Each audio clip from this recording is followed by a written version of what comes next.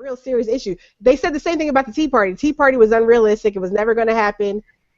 You're taking my fire. Go ahead. But I'm just saying though, like I hate the comparison of us to the Tea Party, but at the same time, that ignorance, that hubris within the establishment of the party is similar.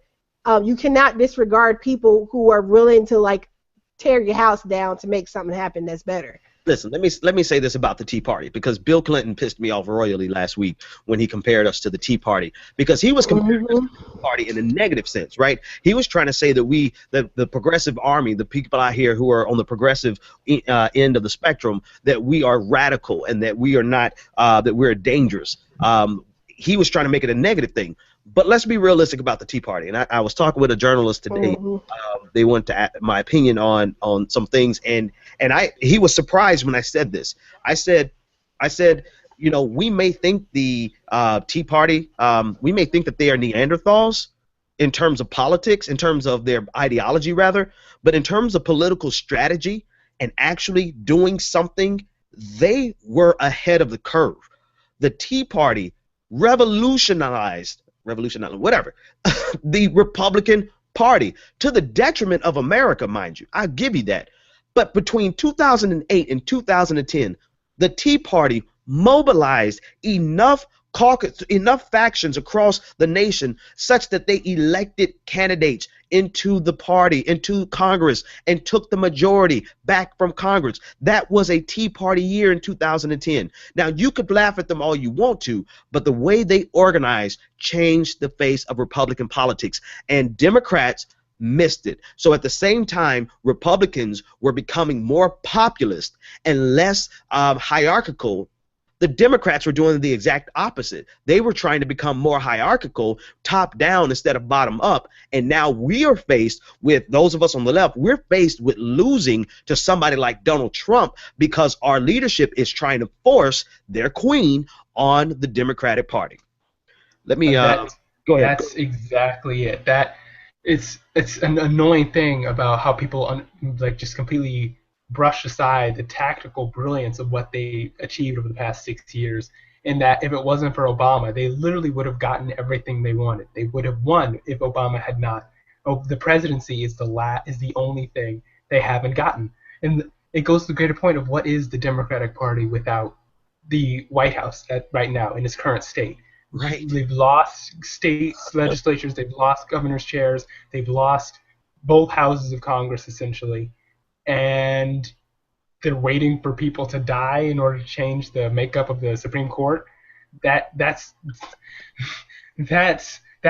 their plan right now. And so to hear Harry Reid, who just endorsed Hillary Clinton, or Nancy Pelosi talking about how Bernie will hurt the congressional races, how can they be hurt any more than they have already? One of the two candidates actually has a plan for electing more people into Congress on the Democratic side, and that's Bernie. Hillary Clinton hasn't said anything about that. Bernie says that in every stump speech that he wants to create a wave of momentum and organization to elect people down the ballot, and Hillary Clinton doesn't have that wave at all.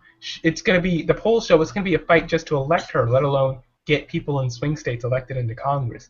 So this kind of notion it's the establishment not learning a mistake they have been not taught, but literally punched in the face by the Tea Party 3 elections straight, and they're still not getting it. And that's a giant indictment on the Democratic establishment, in my point of view. And it's the same thing. It's like with any business, right? In the sector that I work in, we study disruptive technologies that come through and really change the face of the entire market, right?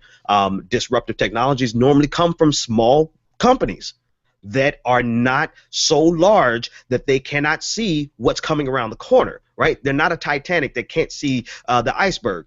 The Democratic Party has become such a large, and when I'm saying large, I'm not just talking about numerically, but in terms of their thinking, they have become so establishment-minded that they could not see this happening around the corner. And the Tea Party was flexible. The Tea Party was Johnny on the spot. They changed as they needed to fit what they needed in 2008, and they got the House of Representatives 2 years later.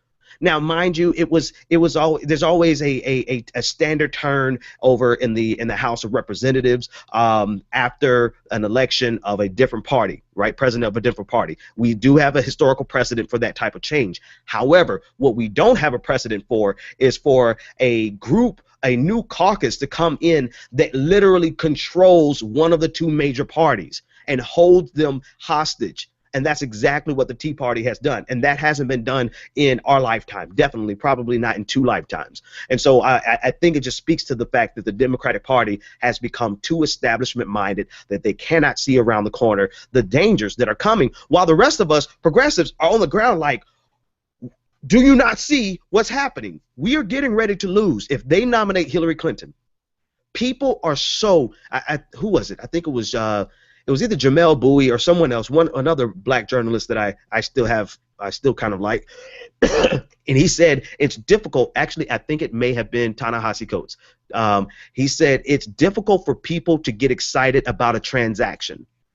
And this campaign for Hillary Clinton is merely a transaction. There is no reason for the average voter to get excited about this election with just Hillary Clinton.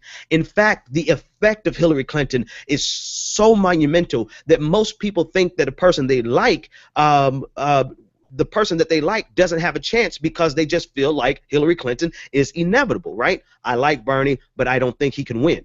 And so that is the depressing effect of Hillary Clinton, and that's why we have low voter turnout. This revolution is trying to save progressive Democratic the progressive Democratic Party. It's trying to save it, but it's fighting for its life out of the grip of depression over Hillary Clinton. All right, let's take this phone call, and then I see something is happening.